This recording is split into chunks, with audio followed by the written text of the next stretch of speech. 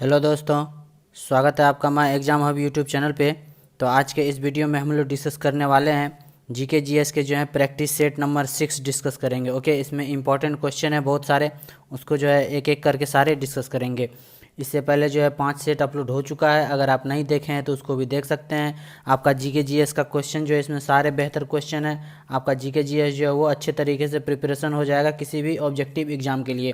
जैसे कि बीपीएससी में पूछा जाता है, बिहार दरोगा वगैरह हो गया, किसी भी एग्जाम में जिसमें जीके जीएस पूछा जाता है, एनटीपीसी हो गया, रेलवे का किसी भी एग्जाम में, एसएससी का एग्जाम में जिसमें जीके जीएस पूछा जाता है, उसके लिए बहुत ही इंपॉर्टेंट होगा।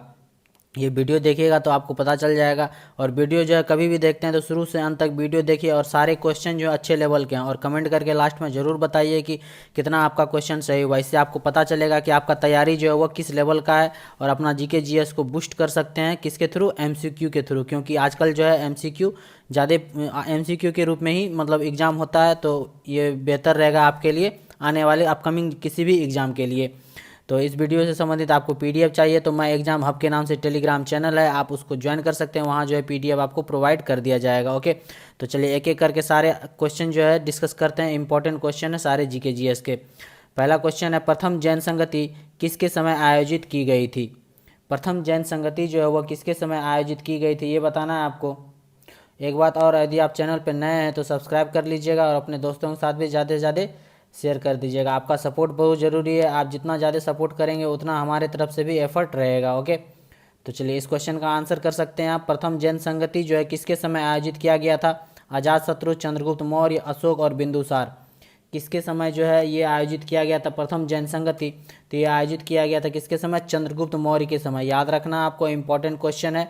चंद्रगुप्त मौर्य के समय जो है प्रथम जैन संगति 310 ईसा पूर्व में जो है 310 ईसा पूर्व में जो है आयोजित किया गया था। और कहाँ पे आयोजित किया गया था? तो ये पाटलिपुत्र में आयोजित किया गया था। इस बात का भी ध्यान रखना है आपको, क्वेश्चन किसी भी तरह से पूछा जा सकता है कि कहाँ पे भी आयोजित किया गया था। ये पाटलिपुत्र में और 310 ईसा पूर्व में आयोजित किया गया था प्रथम जैन संगति किसके समय काल में?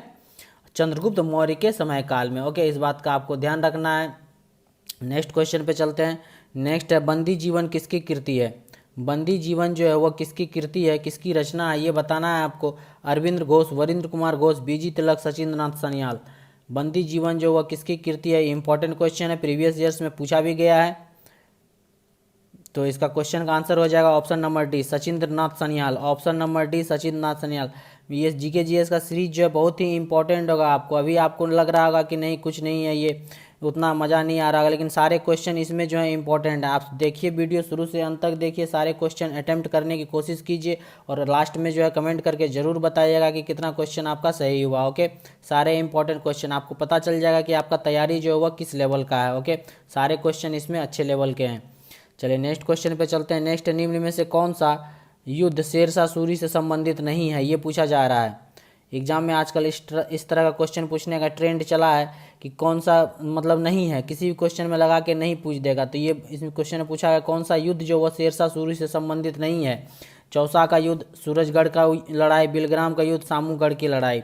कौन सा जो है शेरशाह सूरी के द्वारा नहीं लड़ा गया था, ये बताना है आपको। तो ये हो जाएगा सामूगढ़ की लड़ाई। सामूगढ़ की लड़ाई जो है यह शेरशाह सूरी के द्वारा से संबंधित नहीं है, शेरशाह सूरी के द्वारा लड़ा नहीं गया था। ओके, इस बात का आपको ध्यान रखना है।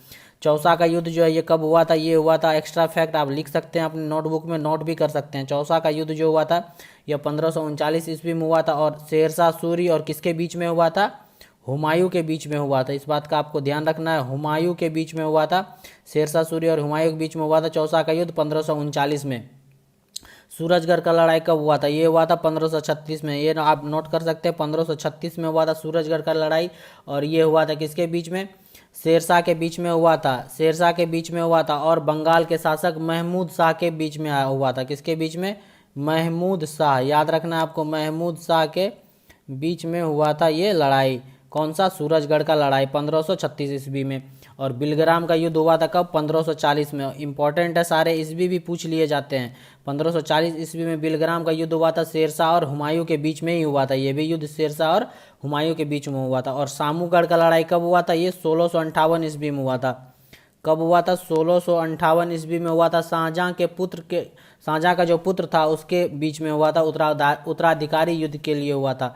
शाहजहां के जो पुत्र थे उसके बीच में ये युद्ध हुआ था, सामूगढ़ का लड़ाई। ओके, ये उस बात का आपको ध्यान रखना इंपॉर्टेंट है। बाकी तीनों भी आप याद रख सकते हैं सारे फैक्ट।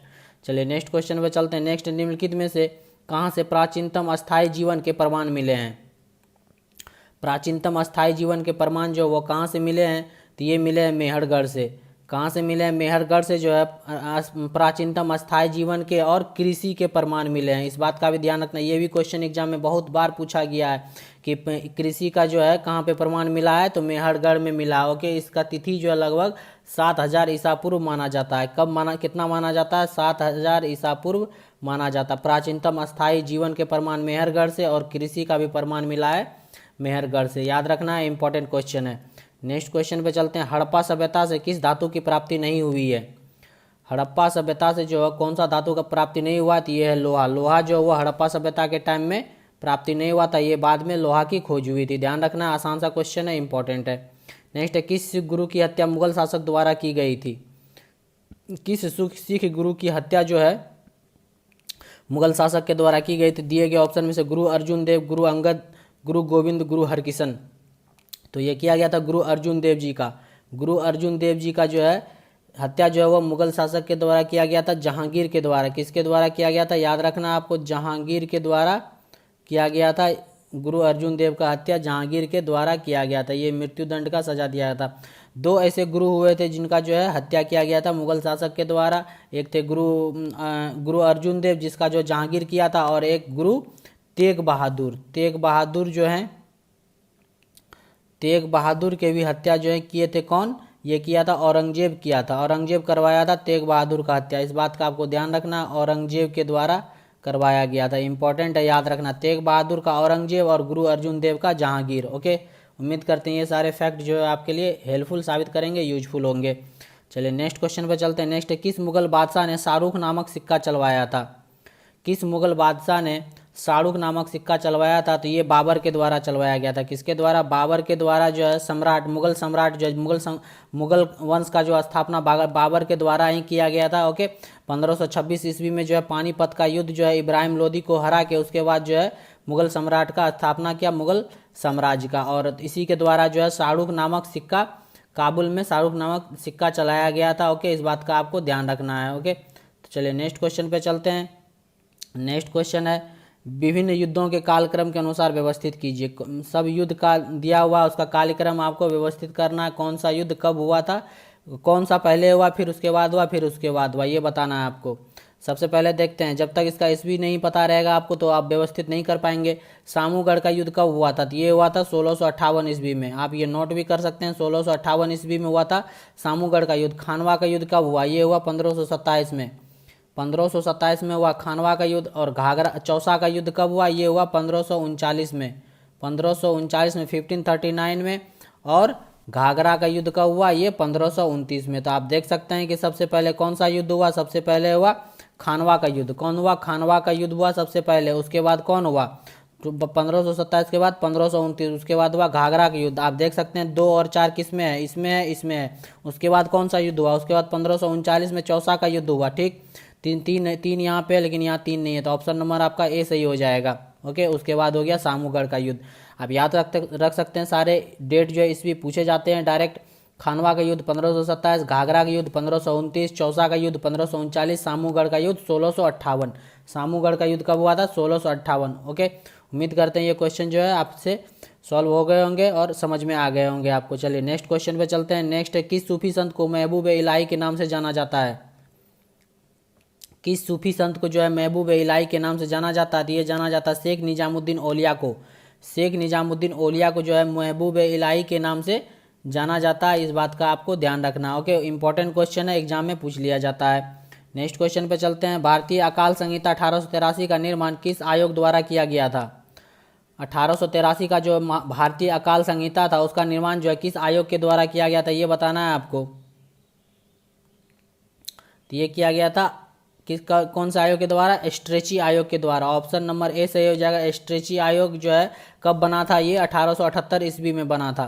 स्ट्रेची आयोग जो 1818 बनाया गया था, जिसकी अनुशंसा पर, इसकी अनुशंसा पर जो है 1883 में भारतीय अकाल संहिता का निर्माण किया गया था। ओके, इस बात का आपको ध्यान रखना है। ओके, इसलिए किया गया था कि खाद्य संरक्षण जो है वो सही ढंग से किया जा सके, भविष्य में जो है वो अकाल की विपत्ति न आए। इस कारण से जो है ये गठन किया गया था स्ट्रेची आयोग के, स्ट्रेची आयोग के कथन पे जो है, आयोग के अनुशंसा पे जो है ये भारतीय अकाल संहिता 1883 में निर्माण किया गया था। इंपॉर्टेंट है, याद रखना है।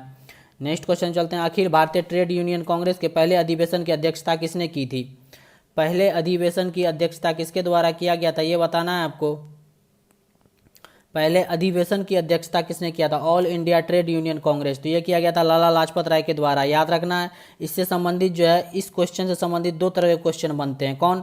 सबसे पहला तो ये इसमें पूछ लिया कि इसका अध्यक्षता कौन किया था पहला अधिवेशन का, तो आंसर हो गया लाला लाजपत राय। एक क्वेश्चन ये बनता है कि all India trade union Congress का जो है स्थापना कौन किया था, तो स्थापना किया था NM जोशी, याद रखना है। इंपॉर्टेंट, बहुत बार एग्जाम में पूछ लिया गया ये क्वेश्चन, रिपीट करके भी पूछा जा सकता है आगे भी, अपकमिंग एग्जाम के लिए बहुत ही वेरी वेरी इंपॉर्टेंट है ये क्वेश्चन। ओके, ये NM जोशी के द्वारा स्थापना किया गया था, लेकिन पहला अधिवेशन का अध्यक्षता जो है वो लाला लाजपत राय के द्वारा किया गया था। ओके, इस बात का आपको ध्यान रखना है, इंपॉर्टेंट क्वेश्चन है ये। चलिए नेक्स्ट क्वेश्चन में चलते हैं। वामपंथी विचारों पर आधारित फॉरवर्ड ब्लॉक की स्थापना कब हुई? ये भी क्वेश्चन इंपॉर्टेंट है, बहुत बार पूछा गया है। वामपंथी विचारों पर आधारित फॉरवर्ड ब्लॉक की स्थापना जो है 1939 ईस्वी में हुआ। कब हुआ? ईस्वी याद रखना है, पूछा गया। 1939 ईस्वी में किया गया। ये कब किया गया है? वर्ष 1939 में जो है त्रिपुरी संकट के बाद जो है सुभाष चंद्र बोस के अध्यक्ष पद से इस्तीफा दे दिया था। उसके बाद जो है ये जो है ब्लॉक की, फॉरवर्ड ब्लॉक की स्थापना किया गया था। त्रिपुरी संकट में के बाद जो कौन? सुभाष चंद्र बोस जो वो कांग्रेस पद से जो है वो अध्यक्ष के पद से जो है इस्तीफा दे दिए थे। उसके बाद जो है इस ब्लॉक का जो है स्थापना किया गया था 1939 ईस्वी में। इस बात का आपको ध्यान रखना। ओके, इंपॉर्टेंट क्वेश्चन है। नेक्स्ट क्वेश्चन में चलते हैं। निम्नलिखित पार्टियों में किसने भारत छोड़ो आंदोलन 1942 का समर्थन नहीं किया? ये बताना है कि कौन सा पार्टी जो है ये समर्थन नहीं किया था, कौन सा पार्टी के द्वारा भारत छोड़ो आंदोलन में जो है समर्थन नहीं किया गया था। तो ये था ऑप्शन नंबर आपका डी सही हो जाएगा। 1 2 3 हिंदू महासभा, मुस्लिम लीग, कम्युनिस्ट पार्टी ऑफ इंडिया। इन तीनों में से कोई जो है भारत छोड़ो आंदोलन में जो है अपना समर्थन नहीं दिया था। इंपॉर्टेंट क्वेश्चन है, याद रखना है। क्विट इंडिया मूवमेंट कब हुआ था? 1942 ईस्वी में। इंपॉर्टेंट है। नेक्स्ट क्वेश्चन चलते हैं। बटलर कमेटी 1927 का उद्देश्य था। बटलर कमेटी जो है 1927 में बना था, उसका क्या उद्देश्य था ये बताना है आपको। तो इसका उद्देश्य था ब्रिटिश सत्ता एवं देशी राज्यों के मध्य संबंधों को सुधारना। ऑप्शन नंबर ए सही हो जाएगा। ऑप्शन नंबर ए सही हो जाएगा। बटलर कमेटी 1927 का जो है ये उद्देश्य था कि ब्रिटिश सत्ता और देशी राज्यों के मध्य में जो है उसके संबंध को जो है सुधार के रखना है, सही ढंग से, व्यवस्थित ढंग से रखना है। ओके, इस बात का आपको ध्यान रखना है। इंपॉर्टेंट क्वेश्चन है, पूछा जा सकता है।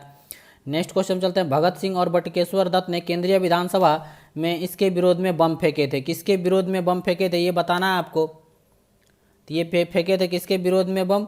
एक तो पब्लिक सेफ्टी बिल और ट्रेड डिस्प्यूट बिल के विरोध में जो है बम फेंके थे। ऑप्शन नंबर डी सही हो जाएगा। ऑप्शन बी और सी दोनों सही है। ओके, इस बात का आपको ध्यान रखना है। ओके, ऑप्शन नंबर डी सही हो जाएगा। ओके, चलिए नेक्स्ट क्वेश्चन पे चलते हैं। नेक्स्ट है, भारत में कितने राज्य पाकिस्तान के साथ सीमा साझा करते हैं? भारत में कितने ऐसे राज्य हैं जो पाकिस्तान के साथ सीमा साझा करते हैं? पूछा जा रहा है, राज्य पूछा जा रहा है। इस बात पे आप गौर कर सकते हैं।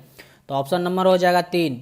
पहले इसका आंसर कुछ और था, लेकिन जब से जम्मू कश्मीर जो है ये यूनियन टेरिटरी बना है तो कितने राज्य हो गए? 3 राज्य जो हैं पाकिस्तान के साथ सीमा साझा करते हैं, और 2 जो हैं यूनियन मतलब कि क्या बोलते हैं, केंद्र शासित प्रदेश हैं। यूटी है, यूनियन टेरिटरी है जम्मू कश्मीर और लद्दाख। जम्मू और लद्दाख जो है ये यूनियन टेरिटरी में जब से तब्दील हो गया, ये 2 यूटी के साथ अपना जो है बॉर्डर शेयर करता है पाकिस्तान। यदि पूछ ले कितने राज्य और केंद्र शासित प्रदेश भी लगा दे, तब आंसर हो जाएगा आपका 5 हो जाएगा। ओके, इस बात पे आपको गौर करना है और ध्यान देना है। ओके, तो इसमें पूछ रहा सिर्फ राज्य कितने हैं, तो 3 हो जाएगा। 3 राज्य कौन कौन से हैं? तो एक तो गुजरात हो गया, एक राजस्थान हो गया, गुजरात हो गया, राजस्थान हो गया और पंजाब हो गया। ये 3 राज्य जो है पाकिस्तान से बॉर्डर शेयर करते हैं। ओके, उम्मीद करते हैं समझ में आ गए होंगे। इंपॉर्टेंट क्वेश्चन है, याद रखना है। नेक्स्ट क्वेश्चन पे चलते हैं। नेक्स्ट, वायुमंडल में उपस्थित निम्न गैसों का उनकी प्रतिशतता के अनुसार अवरोही क्रम में लगाएं। अवरोही क्रम में लगाना है आपको। ओके, मतलब कि सबसे कम कौन से हैं अवरोही क्रम में? उसके बाद ज़्यादा, उसके बाद ज़्यादा, तो ये हो जाएगा ऑर्गन, CO2, Ne और He, ये जो है सबसे ज़्यादा मतलब अवरोही क्रम में इस तरह से सजाया गया। और वायुमंडल में सबसे ज़्यादा कौन सा है? नाइट्रोजन है, वो 78% है, और ऑक्सीजन जो है वो लगभग 21% है, ऑर्गन जो है वो 0.93% है, ओके, और कार्बन डाइऑक्साइड कितना? 0.03% है, ये लगभग है, और नियॉन वगैरह जो 0.002% ये सब बहुत ही कम है, ओके, इस बात का आपको ध्यान रखना। और हीलियम तो इससे भी कम है, 0.0005% है। तो इस कारण से जो है ऑप्शन नंबर ए सही हो जाएगा, आर्गन, उसके बाद CO2, उसके बाद Ne, उसके बाद He, ये अवरोही क्रम में है वायुमंडल में उपस्थित गैस। सबसे ज़्यादा लेकिन नाइट्रोजन है, उसके बाद ऑक्सीजन है, इस बात का आपको ध्यान रखना है। नेक्स्ट क्वेश्चन पर चलते हैं। निम्नलिखित भारत में निम्न में से किस क्रम की चट्टान भवन निर्माण हेतु उपयुक्त चूना पत्थर, बलुआ पत्थर, सजावटी पत्थरों आदि के लिए प्रसिद्ध है? इस बात का बताना है आपको। इस क्वेश्चन का आंसर क्या हो जाएगा, कौन सा है? तो ये हो जाएगा विंध्यन समूह की चट्टान, ऑप्शन नंबर सी सही हो जाएगा। विंध्यन समूह की चट्टान जो है इस रूप में यूज किया जाता है, और इसका मुख्य विस्तार कहाँ कहाँ पे है? राजस्थान में है। कहाँ पे है? राजस्थान में है, मध्य प्रदेश में है, ध्यान रखना है आपको। कहाँ पे ये इस पत्थर का विस्तार है? मध्य प्रदेश में है, राजस्थान में है, ओके, छत्तीसगढ़ वगैरह में भी है, इसका विस्तृत रूप से फैला हुआ है विंध्यन समूह की चट्टान, ऑप्शन नंबर सी सही हो जाएगा। नेक्स्ट क्वेश्चन पे चलते हैं। पवनों की दिशा एवं वेग के संबंध में निम्नलिखित में कौन सा कथन असत्य है? ये बताना है आपको। पवनों की दिशा और वेग के संबंध में कौन सा कथन असत्य है? तो ये असत्य कौन सा? ये है कोरियोलिस बल जो है वह पवनों की दिशा को प्रभावित नहीं करता, ये कथन जो है गलत है। कोरियोलिस बल जो है ये पवनों की दिशा को प्रभावित करता है। बाकी तीनों कथन सही है। वायुमंडलीय दाब में भिन्नता के कारण वायु गतिमान होती है। धरातलीय विषमताओं के कारण घर्षण पैदा होता है जो पवनों की गति को प्रभावित करता है, ये भी सही है। प्रचलित पवन व्यापारिक, पछुआ और ध्रुवीय पवनों के रूप में प्रभावित होती है। बाकी तीनों कथन जो है वो सही है। कोरियोलिस वाला जो है ये कथन सही नहीं है। कोरियोलिस बल जो है ये पवनों की दिशा को प्रभावित करता है, इस बात का आपको ध्यान रखना। इंपॉर्टेंट क्वेश्चन है, उम्मीद करते हैं समझ में आ गए होंगे। नेक्स्ट क्वेश्चन पे चलते हैं। चित्रकूट जलप्रपात को भारत का नियाग्रा जलप्रपात की संज्ञा दी जाती है, यह किस नदी पर स्थित है? कौन से नदी पे स्थित है नियाग्रा जलप्रपात? चित्रकूट जलप्रपात किस नदी पे स्थित है जिसको जो नियाग्रा जलप्रपात से कंपेयर किया जाता है? तो ये किया इंद्रावती रिवर पे, ऑप्शन नंबर सी सही हो जाएगा। इंद्रावती रिवर पे है, इंपॉर्टेंट है, और छत्तीसगढ़ के जो है बस्तर जिले में है। कहाँ पे है? छत्तीसगढ़ के बस्तर जिले में। और कौन से नदी पे है? किस नदी पे है? तो ये तो पता ही है, इंद्रावती। और इंद्रावती जो है वो गोदावरी नदी की सहायक नदी है। गोदावरी नदी की सहायक नदी है इंद्रावती नदी, इस बात का आपको ध्यान रखना। और छत्तीसगढ़ में है चित्रकूट जलप्रपात, इंपॉर्टेंट है, पूछा जा सकता है। नेक्स्ट क्वेश्चन चलते हैं। निम्नलिखित में से कौन सा कथन असत्य है? ये पूछा जा रहा है कौन सा कथन असत्य है, कौन सा जो है पेयर जो है मेल नहीं खाता। मौलिंग नेशनल पार्क अरुणाचल प्रदेश में है, इंटांकी नागालैंड में, मुरलेन असम में, बलफक्रम मेघालय में। कौन सा कथन असत्य है ये बताना है आपको। तो ये इसका ऑप्शन हो जाएगा, ऑप्शन नंबर क्या हो जाएगा? ऑप्शन नंबर सी, मुरलेन नेशनल पार्क, ये जो है असम में नहीं है। मुरलेन नेशनल पार्क जो है ये असम में नहीं है, ये कथन जो है असत्य है। बाकी तीनों सही है। मौलिंग नेशनल पार्क अरुणाचल प्रदेश में, इंटांकी नागालैंड में, बलफक्रम मेघालय में है। आप बता सकते हैं कि मुरलेन नेशनल पार्क कहाँ है? आंसर कर सकते हैं। तो मुरलेन नेशनल पार्क कहाँ है? तो ये है मिजोरम में। कहाँ पे है? मिजोरम में, याद रखना आपको दोस्तों, मिजोरम में है। कहाँ पे? मिजोरम में है मुरलेन नेशनल पार्क, इंपॉर्टेंट है, याद रखना, पूछा गया है। नेक्स्ट क्वेश्चन पे चलते हैं। उष्मागतिकी जो है उष्मागतिकी रूप से कार्बन का सर्वाधिक अस्थायी रूप कौन सा है? कार्बन का सबसे अस्थायी रूप कौन सा है? तो ये है graphite, option number A B सही हो जाएगा। ग्रेफाइट जो है सर्वाधिक मतलब उष्मागतिकी के रूप में सर्वाधिक अस्थायी रूप है, इस बात का आपको ध्यान रखना। और हीरा भी जो है ये कार्बन का भी अपरूप है, ओके, ऑप्शन नंबर इसका बी सही हो जाएगा। नेक्स्ट क्वेश्चन, वाष्पन की क्रिया निम्न में से किस पर निर्भर करता है? ये हो जाएगा ऑप्शन नंबर आपका सी सही हो जाएगा, आयतन, ऑप्शन नंबर सी। और वाष्पन की क्रिया जो वह किस पर निर्भर करता है? ये आयतन पर निर्भर करता है। आयतन जितना ज़्यादा बड़ा रहेगा वाष्पन की क्रिया उतना ज़्यादा होगा, इस बात का आपको ध्यान रखना है। ऑप्शन नंबर सी सही हो जाएगा। नेक्स्ट क्वेश्चन चलते हैं। जब प्रकाश की किरण किसी कोलाइड या निलंबन से गुजरता है तो टिंडल प्रवाह को प्रभावित करता है, इसमें प्रकाश की कौन सी परिघटना होती है? जब प्रकाश की किरण जो है किसी कोलाइड या निलंबन से गुजरता है तो टिंडल प्रवाह को प्रदर्शित करता है, तो इससे प्रकाश की जो है कौन सी परिघटना को जो है प्रदर्शित करता है, इस बात को बताना है आपको। इसका ऑप्शन नंबर हो जाएगा सही, प्रकाश का प्रकीर्णन, ऑप्शन नंबर सी। प्रकाश का प्रकीर्णन जो है इस परिघटना को जो है प्रदर्शित करता है टिंडल प्रवाह को। ऑप्शन नंबर सी सही हो जाएगा। उम्मीद करते हैं ये क्वेश्चन जो है आपको समझ में आ गए होंगे। इंपॉर्टेंट क्वेश्चन एग्जाम में पूछा जा सकता है। नेक्स्ट क्वेश्चन पे चलते हैं। जब किसी वस्तु को पृथ्वी से चांद पर ले जाया जाए तो क्या होता है? जब किसी वस्तु को कोई वस्तु पृथ्वी पर है, उसको उठा के चांद पर ले जाया जाए तो क्या उसमें अंतर आता है? किस चीज़ का अंतर आता है ये बताना है आपको। तो उसका जो है भार बदल जाता है, परंतु जो है द्रव्यमान समान रहते हैं। क्या होता है? भार जो है वो बदल जाता है, परंतु द्रव्यमान जो है वो एक समान रहते हैं। इंपॉर्टेंट है, इस क्वेश्चन बहुत बार पूछा गया है तो याद कर लेना है आपको। यदि किसी वस्तु को पृथ्वी से चांद पे ले जाया जाता है तो उसका भार बदल जाता है और द्रव्यमान जो है वो समान रहता है। तो ये थे आज के जीके जीएस सेट नंबर 6 के जो इंपॉर्टेंट 25 क्वेश्चन। उम्मीद करते हैं आपको ये क्वेश्चन सारे यूजफुल होंगे आपके एग्जाम के लिए। मज़ा आया होगा इस प्रैक्टिस सेट में आपको देख के। सारे क्वेश्चन जो अच्छे ढंग से हैं और कमेंट करके ज़रूर बताइएगा आप कि कितने क्वेश्चन आपके सही हुए हैं। ओके, तो इससे आपको पता चलेगा कि आपका तैयारी जो है वो किस लेवल का है। ओके, तो उम्मीद करते हैं ये क्वेश्चन आपको अच्छा लगेगा। यदि अच्छा लगे तो लाइक कर दीजिएगा और जितना हो सके ज़्यादा से ज़्यादा अपने दोस्तों के साथ शेयर कीजिए और चैनल पे नए हैं तो सब्सक्राइब कर लीजिए। आपका सपोर्ट बहुत ज़रूरी है। जितना आप ज़्यादा सब्सक्राइब करेंगे उतना ही आपको हमको उससे मोटिवेशन मिलेगा। ओके, तो मिलते हैं नेक्स्ट वीडियो में। मैं एग्जाम हब के देखते रहिए मैं exam hub YouTube channel. Thank you for watching.